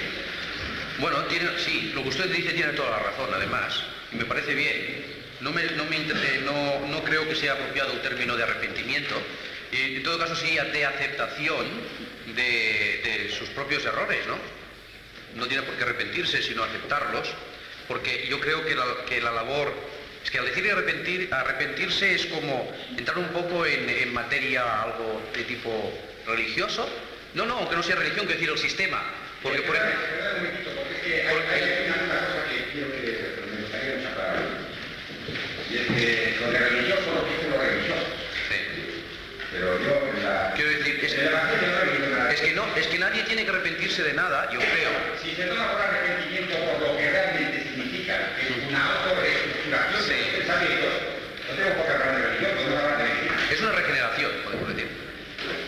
Porque el gran, es que nos estamos saliendo un poco del tema, pero la gran diferencia que existe entre, por ejemplo, entre una confesión y un psicólogo, entre un sacerdote y un psicólogo, es que mientras un psicólogo, en este caso a través de la hipnosis, usted por el sistema de hipnoanálisis, psicoanálisis, como quiera, le explicas tu problema y el psicólogo trata de comprenderte y solucionártelo. En el otro sistema, además de que le explicas el problema y que no te lo solucionan, encima te castigan, te ponen un arrepentimiento, rezan no sé cuántos. ¿Me entiende? Quiero decir, el sistema de arrepentimiento no me gusta. No, lo que usted me dice, de arrepentimiento. No, ya lo sé. Es lo mismo que hacen los pero en general, o sea, no hay sincronizados si la persona se enfrenta. Mientras la persona se haga justifique, mientras encuentre justificaciones va a tener síndrome. Y mientras haya síndrome está. Efectivamente, esto sí. Lo primero que hay que hacer es enseñarle a acercarse consigo mismo, darle un poco de dignidad, un poco de autojusticia, que se justifique, que se juzgue a sí mismo, que se frente a sí mismo. Sí, y eso no será un arrepentimiento de sacerdote que pero no es que él se arrepiente, él lo que hace es reconocer sus fallos, pero no se arrepiente de tenerlos. Es que nos estamos desviando del tema de hoy. Bueno. Había un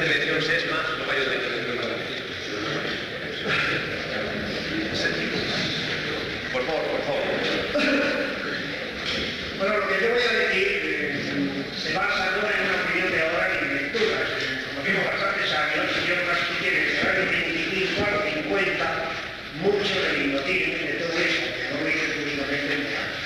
Entonces, bueno, Marco, cada uno que voy a decir se basa en la experiencia. Todo esto está muy bien, mi querido, está muy completo, pero tengo que insistir en lo siguiente. Lo mismo que el número 10 se puede obtener con 7 más 3, con 2 más 8, etcétera, etcétera, lo que hoy muy habitualmente llamamos hipnosis, se puede obtener por muchos procedimientos. Es decir, creo sinceramente que hay un predominio de influencia psicológica, la sujeción, un predominio de influencia hipnótica, como pasa con el hipnotismo animal, en que difícilmente se puede hablar cuando se hipnotiza a una gallina o a un conejo de una influencia psicológica, puesto que no tienen nuestra propia psicología y si hay un efecto hipnótico. Como a veces pasa con los faros de un coche cuando atraviesa un animal a la carretera, porque hay paralelismo casi puro, ¿no? Los efectos magnéticos, los efectos telepáticos, y entonces todo este conjunto de cosas, los efectos de ciertas drogas, como la manita muscaria, que le sirve para el vuelo chamán, o el peyote, y también el propio hachís. Entonces tenemos, y no quiero alargar la lista, una serie de cosas que concurren a un efecto que efectivamente, tal como grado de hipnosis, lo vamos a llamar hipnosis en general.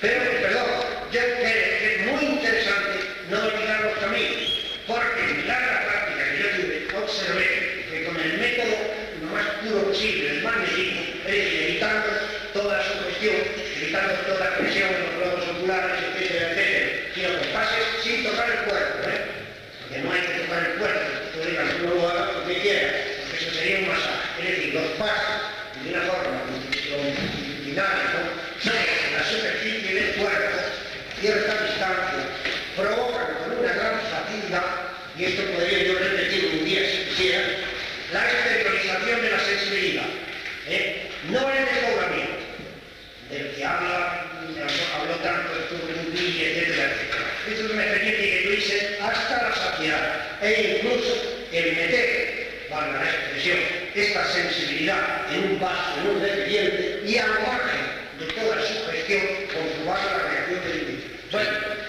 también puedo asegurar una cosa, que con procedimientos lo más puros posible de magnetismo, los estados que se obtienen no son iguales a los que generalmente se dicen en el hipnotismo. Bueno, normalmente los estados hipnóticos son una mezcla de todo esto, hay un factor psicológico, hay un factor hipnótico y separando las cosas, ¿no? Aunque concurren.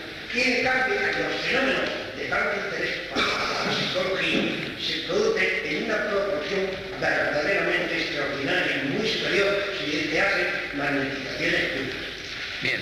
El curanderismo, yo lo defiendo, no lo defiendo en general, lo defiendo con el sentido de que no tengo sido nunca curandero, pero no que se sepa, ¿no?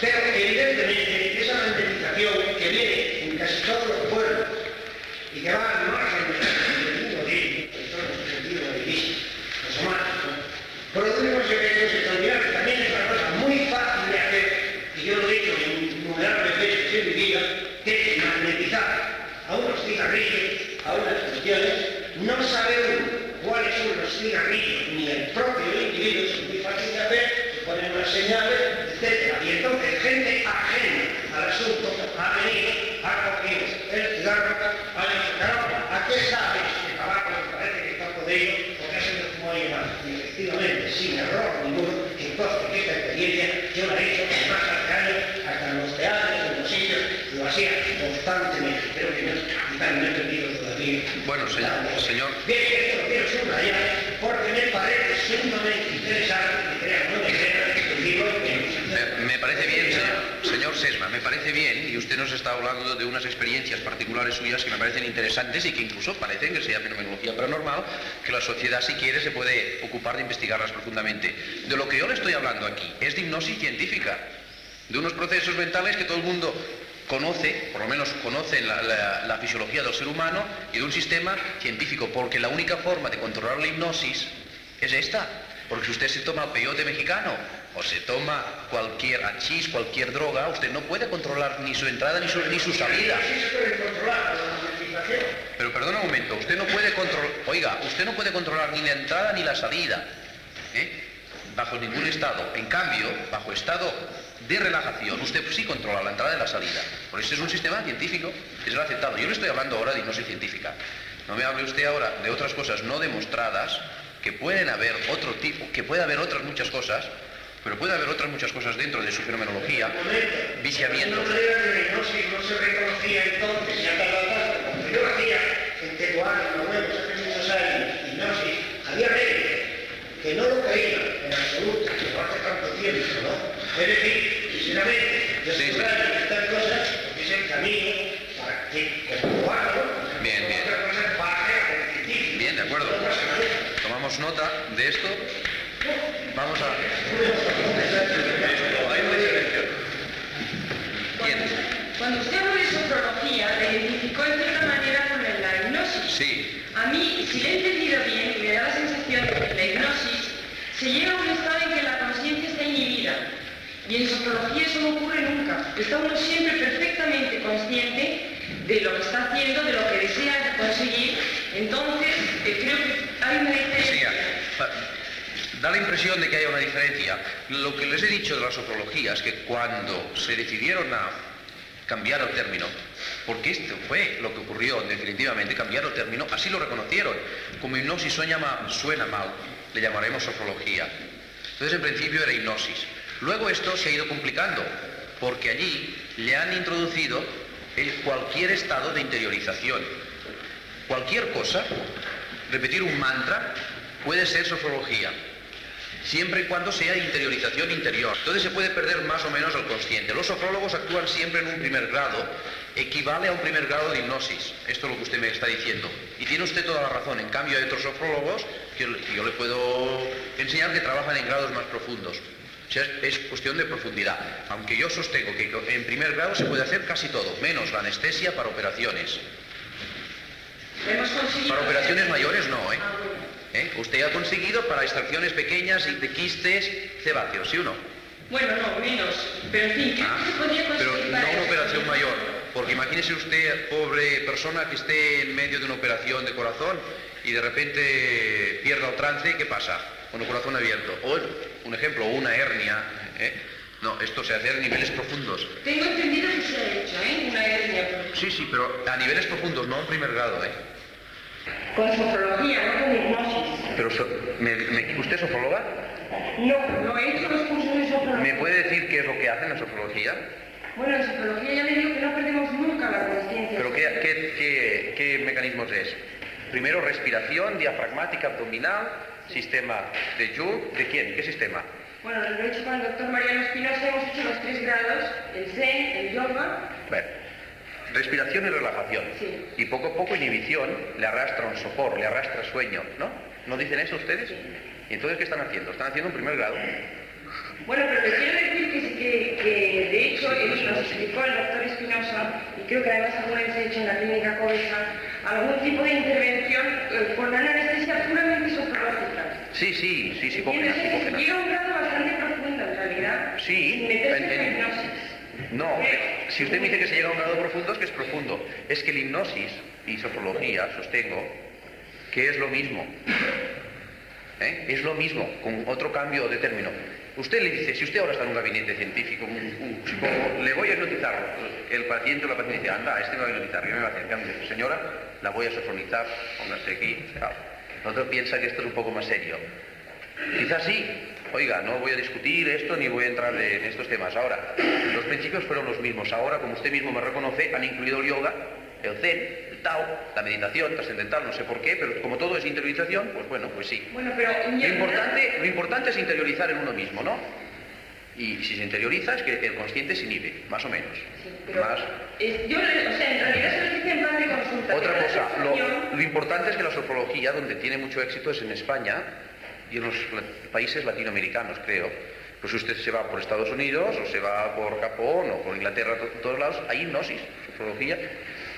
Ya, pero ¿sabe lo que quiero yo preguntar? A mí me da la sensación de que la hipnosis crea una dependencia, mientras que la sofrología no crea dependencia porque es uno mismo, el que llega a conocer sus problemas y a resolvérselos. Y en la hipnosis que hace falta otra persona, por lo menos por lo que yo entiendo. No es así. Bueno, yo quería intervenir porque me parece que si no están en un diálogo y no se oye, por no llamar sordo. Es que la sofrología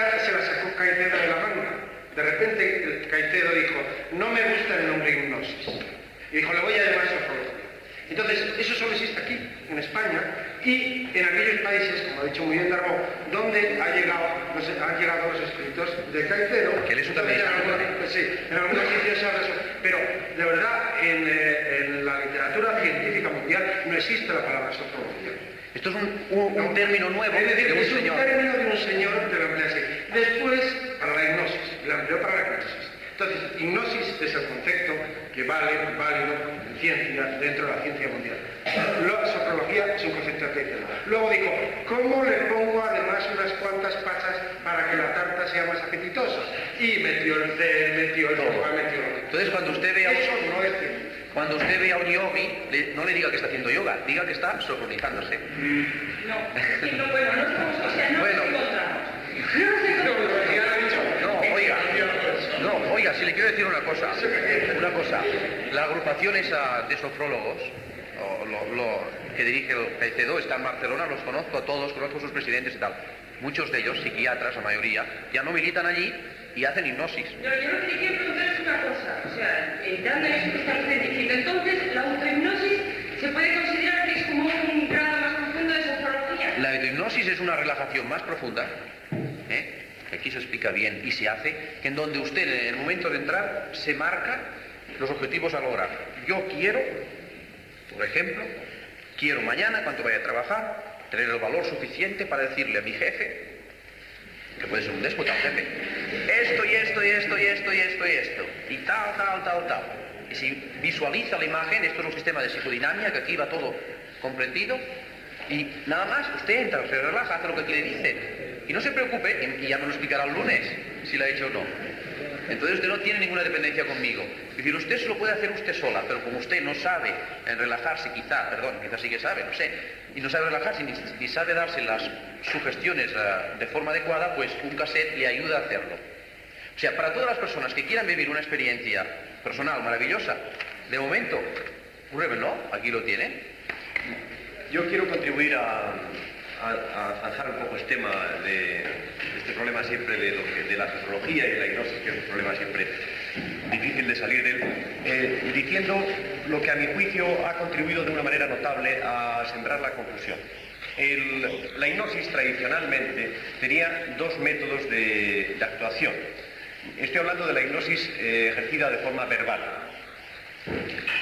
Uno consistía en que las sugestiones se daban de forma maternal, es decir, dando sugestiones al sujeto del estilo de ahora poco a poco te vas relajando, te encuentras cada vez mejor, la mano flota en el aire o cualquier otra sugestión de este tipo. En tono suave se llama maternal.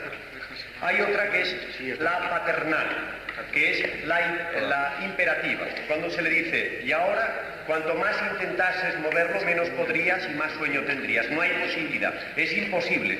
Esta es la paternal, la impositiva. Según el tipo de sujeto y hasta incluso según el momento, es conveniente, es conveniente, según el tipo de sujeto, es conveniente usar una o usar otra. Y dentro del propio proceso hay momentos que es muy bueno usar la paternal y otra vez es la maternal. Es más, de la paternal, la experiencia mía me dice que no es conveniente abusar porque eso traumatiza al sujeto, pero es conveniente hacerlo en algún momento. Bueno, estos dos métodos básicamente se han venido usando a lo largo de los siglos, con variantes se han venido usando. Pero el método que era más conocido y que ha prosperado más y que ha marcado un poco la imagen por su espectacularidad de la hipnosis es el segundo, es el paternal. Es decir, es el hipnotizador este de teatro que dice, ya no tienes más remedio, estás rígido y no te puedes mover. Esto es lo que realmente la gente lo identifica con la hipnosis, cuando en realidad el otro método era tan válido como este. Llega Caicedo y propone el método maternal, que era menos identificado con la hipnosis clásica. Y entonces empiezan a dar sugestiones, usted voluntariamente, yo soy un entrenador, yo no intervengo, yo le voy aconsejando a usted lo que tiene que hacer y solo usted va haciendo esto. Yo soy un entrenador, es decir, que yo no ejerzo ninguna fuerza sobre usted, no hay dependencia, de ahí la razón de lo que usted decía antes, no hay dependencia, etc. Pero ese método, como digo, es un método hipnótico. Exactamente, con todos los pronunciamientos de un proceso hipnótico. Yo he venido a complicar quizá un poco más la cosa, porque como he visto que había cantidad, como lo decía muy bien Sesma antes, 10 se puede sumar con 2 y 8 y etcétera. Bueno, como hay cantidad de métodos que conducen a una interiorización de los estados de conciencia, y yo no estoy muy seguro que el yoga y la hipnosis sean lo mismo, porque hay matizaciones importantes. Entonces, he venido llamando técnicas y omega, por llamarlo de alguna manera, a todas aquellas que favorecen una interiorización de los estados de conciencia. Y entre ellas está, por supuesto, los métodos maternales y los métodos paternales. Eso por supuesto. Entonces, no sé si con esto aclaro un poco el porqué, algo de la conclusión. Ahora el presidente lo ha aclarado, yo creo del todo. De todos modos, en hipnosis hay muchas técnicas de inducción. Hay paternales, maternales y hay indirectas. Entonces no tiene por qué crearse una dependencia del hipnólogo. La autohipnosis se hace solo con una simple relajación y que lo que se hace es, si es por el sistema de la levitación de la mano, uno mismo le levita la mano y cae en estado. No se crea dependencia nada y se despierta cuando se da la orden, él mismo dice, dentro de media hora me quiero despertar, dentro de media hora te despiertas. Quiero pasar del sueño hipnótico al fisiológico, por la noche, dormir toda la noche, pues duermes toda la noche. ¿Pasa nada? Vale, otra pregunta. Hay otra intervención. Enrique Vicente, perdona, que estaba antes, sí. Que había pedido antes, sí. Fundamentalmente había una pregunta un poco, pero con la cual pretendía cambiar un poco de tercio el tema. Y normalmente se utiliza la hipnosis en ocasiones como cierto valor de prueba policial, creo. Quería hacer una pregunta sobre un caso que muchos hemos leído, el libro El viaje interrumpido, de John Fuller, que John Fuller, de paso, es autor, entre otros, de la supuesta autobiografía estadounidense, que compartimos excluido también, ¿no? Entonces, en este libro... Perdón, no he entendido esto último y me interesa mucho. Entre otros libros, sí. Creo que es interesante decirlo de paso, es autor de una biografía de Arigó, del curandero Arigó, y autor de la autobiografía de Uri Geller. O sea, Uri Geller no es total autobiografía. Bueno, claro. Sí. Entonces, en el libro El viaje interrumpido, él habla de un caso que todos conocemos de un matrimonio, el matrimonio norteamericano, en el cual, a través de una serie de sesiones de hipnosis, parece ser, se da a entender que han tenido una suerte de contacto con extraterrestres. La pregunta que quería hacer, dado que este caso se da muchas veces por algunas personas como supuesta prueba de que existen los contactos, es hasta qué punto tiene valor probatorio, tanto desde el punto de vista de la hipnosis, ¿no? O sea, hasta qué punto tiene valor probatorio este procedimiento al que se le sometió al matrimonio aquí. ¿Probatorio de que existieran estos extraterrestres? Sí, de que realmente este matrimonio haya tenido una experiencia objetiva. Bueno, no existe ninguna prueba. En hipnosis, en regresión, en el hipnoanálisis, que se regresa para buscar los traumas, se llega a situaciones periuterinas, intrauterinas, es decir, donde el sujeto adopta la posición fetal, de 9 meses, y luego pasa y da la impresión de que te está explicando la historia de su reencarnación, de su anterior vida. Pero ¿qué valor científico tenemos para demostrar? Oiga, que a veces es verdad, yo viví en tal sitio y había tal cosa, y es verdad que allí había tal cosa, pero seguro que es él, no está captando quizá por telepatía, quién sabe cómo, si desconocemos mecanismos de la mente, el inconsciente colectivo. No lo sabemos, no hay ningún valor probatorio que pruebe esto. Lo único que se sabe es de regresión hasta cuando se nace, desde el momento que estás en el feto, sí, hasta la edad que tienes, esto sí tiene valor probatorio porque se comprueba que sí, que ocurre y coincide con las fechas y coincide todo. Ahora, antes no sabemos, o sea, puede haber sido dramatizaciones del subconsciente, como ocurre en ocasiones, fenómeno paranormal. Ya sabes, tú que estás en parapsicología, que hay dramatizaciones del subconsciente. Sí, justamente lo que quería preguntar era algo de la regresión hipnótica en el caso de supuestas reencarnaciones. Sí. Otra pregunta. No, es que sobre esto hay una prueba científica sobre ello, es decir, que se ha demostrado científicamente que las regresiones en edad, por ejemplo, no tienen por fuerza que ser auténticas. Muchas veces lo son, y de hecho se usan, como ha dicho muy bien Darbo, en psicoanálisis. Pero no siempre son auténticas. Y se ha comprobado, por ejemplo, en un caso muy curioso de un sujeto que decía que había estado en contacto con unos extraterrestres que le habían enseñado su idioma. Y entonces iba enunciando cuál era el idioma de los extraterrestres. Y los científicos hacían comentarios en voz baja, haciendo como que no le escuchaba el sujeto, diciendo, qué curioso que no haya en este idioma cualquier cosa, cualquier modismo, esto me parece raro. Entonces el individuo lo cogía e inmediatamente empezaba a fabular y empezaba a introducir en el idioma estas modificaciones que se le sugerían. Y así sucesivamente. Por lo tanto, está perfectamente demostrado que en algunos casos es una verdadera simulación.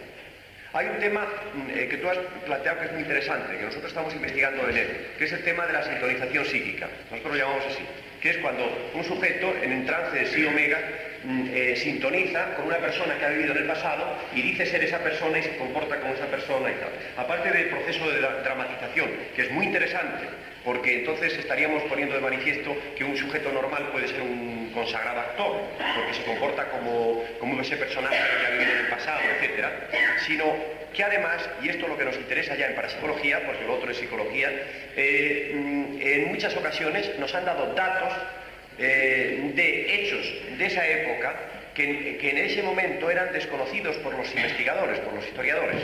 Y en algún caso, posteriormente, como un caso espectacular que hemos tenido con una sintonización psíquica con Santa Teresa de Jesús, vamos, con un sujeto que decía ser Santa Teresa de Jesús, ha aportado datos de su celda que no se han descubierto hasta posteriormente, hasta unas obras que se hicieron en Ávila.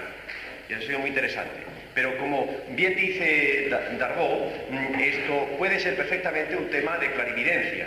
Eso es evidente. Luego no hay que desechar una posibilidad. Ahora, por ejemplo, el doctor Estada está estudiando un tema interesantísimo, que lo apuntó el sábado pasado, que es en qué parte de la célula se conecta realmente con el alma. Es un tema muy interesante. Y entonces estábamos comentando antes de la conferencia, precisamente, que igual que existe una huella olfativa que puede dejar un ser humano al pasar y un perro al pasar por dos días después seguirla y olfatearle y el dueño haber muerto, es muy posible que el ser humano a lo largo de su vida vaya dejando una huella psíquica que pueda ser rastreada y que de alguna manera pueda sintonizarse con ella. Solo los ocultistas hablaban de la cinta ascásica, etc. Bueno, es otro tema. De todos modos, esta explicación que tú das podría explicar la metagnomia, ¿no? El coger un objeto y saber de quién es, qué enfermedad padece, dónde está, si se ha muerto, tal. Podría explicar esta teoría el fenómeno este. O sea, las posibilidades de la mente son increíbles. Hay un caso ya clásico de un señor que a veces se le hipnotizaba, hablaba en chino y nunca había estado en China. Este hombre en la reencarnación anterior debía ser chino, por lo menos. Y luego, bajo el estado de regresión, se descubrió cuando él era pequeño, fíjense lo que llega a hacer el subconsciente, que sus padres iban a trabajar, lo dejaban en casa de la vecina, que era un matrimonio chino. Y oía hablar en chino entre ellos, y se le grabó, y cuando entraba el estado hipnótico, el otro hablaba en chino. Y cualquiera diría que era un chino, resucitado, o qué decir, reencarnado, ¿no? ¿Alguna otra pregunta? Sí, ahí está la pregunta. Está descrito la hipnosis como un fenómeno subjetivo que provoca un proceso neurofisiológico. Sí, señor. Reflejando profundamente la teoría magnética. Sí, señor. Entonces yo le pregunto, ¿cómo nos explicamos la hipnosis en los animales? Esto no es hipnosis, es un sistema de inhibición fisiológica que presionando ciertas zonas del animal se produce una inhibición, una especie de catatonia, que es como la catalepsia pero menos muscular.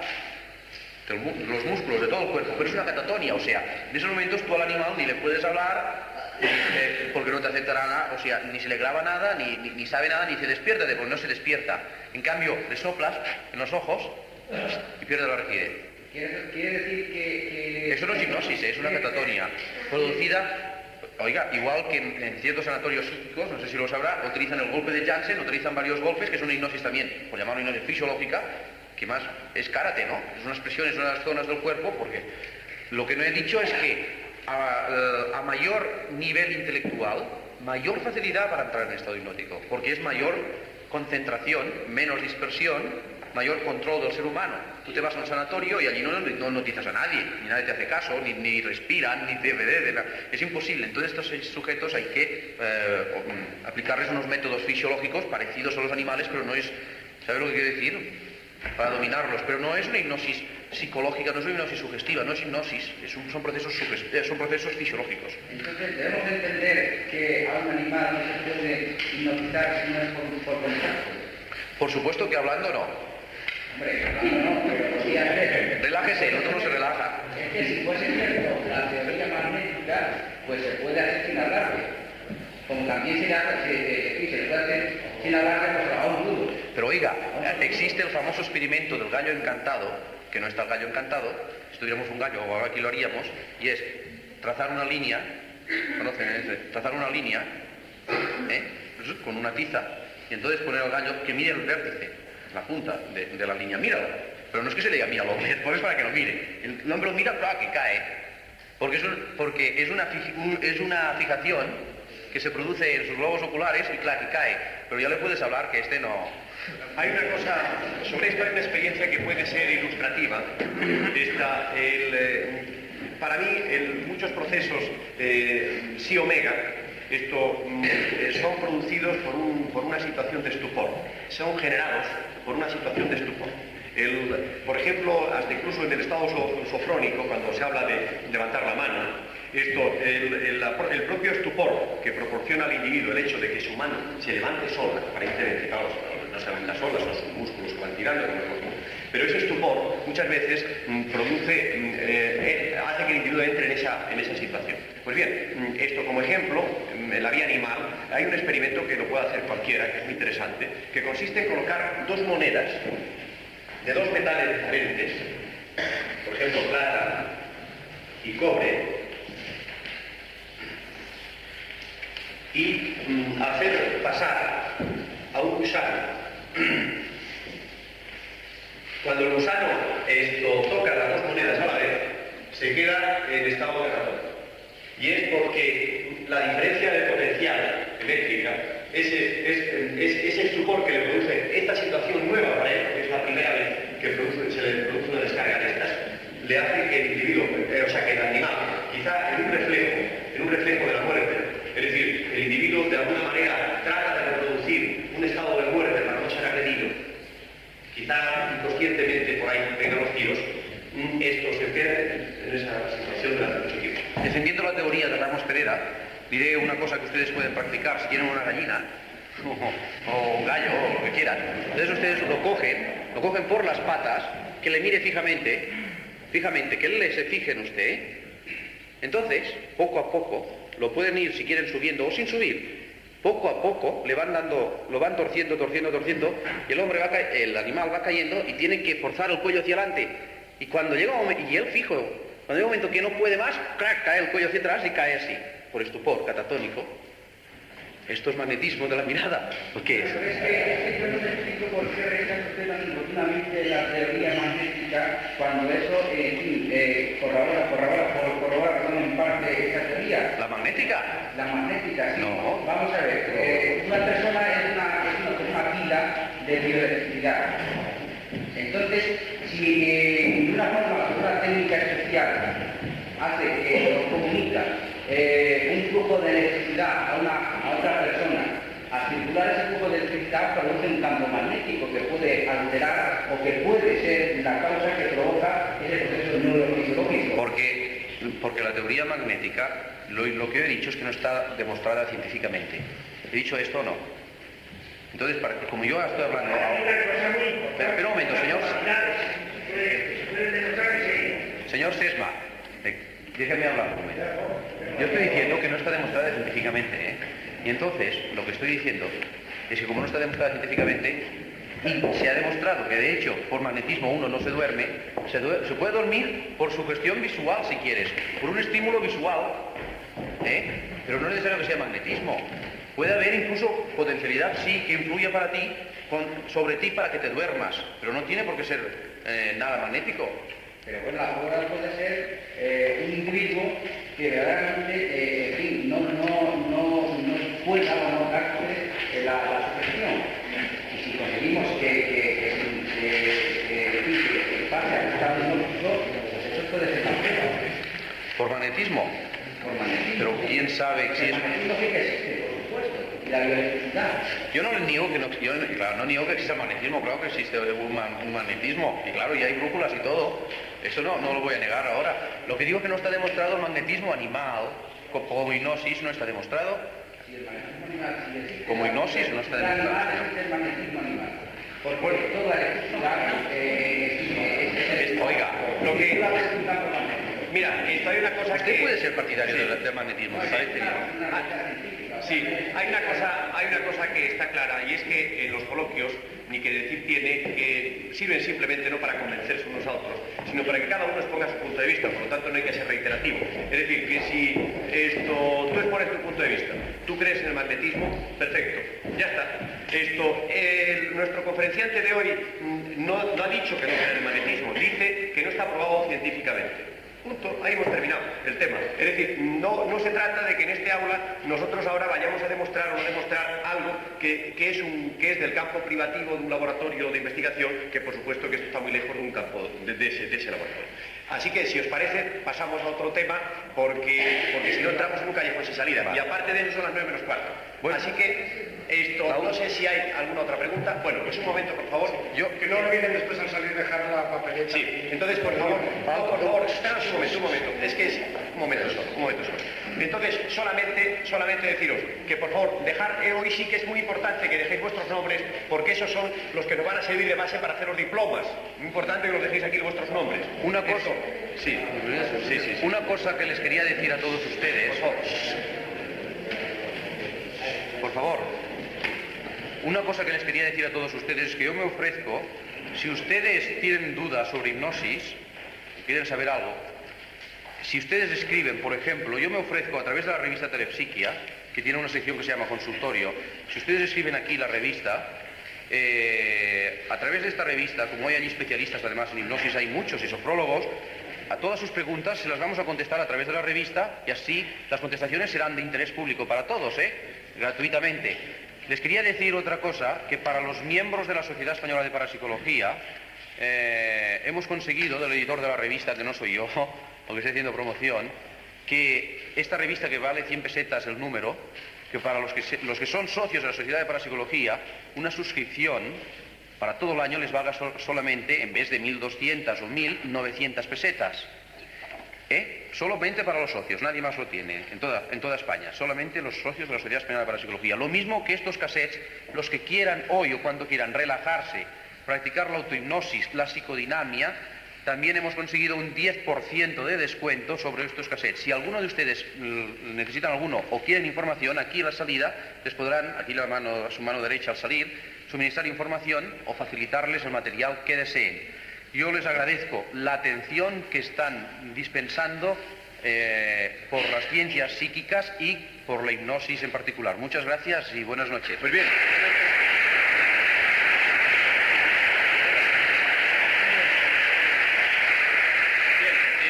Antes de marcharnos, quisiera hacer entrega a nuestro conferenciante de hoy de un diploma que dice: testimonio de gratitud a don Sebastián. Por favor, un momento, por favor. A don Sebastián, ¿quiere ser por favor, es para la fotografía? Sí, gracias. El testimonio de gratitud a don Sebastián D. Arbonés por la magnífica labor de divulgación realizada en favor de la parapsicología científica, dado en Madrid a 7 de mayo de 1977, firmado por el secretario general y por mí. Así que con nuestro aplauso despedimos al... Gracias.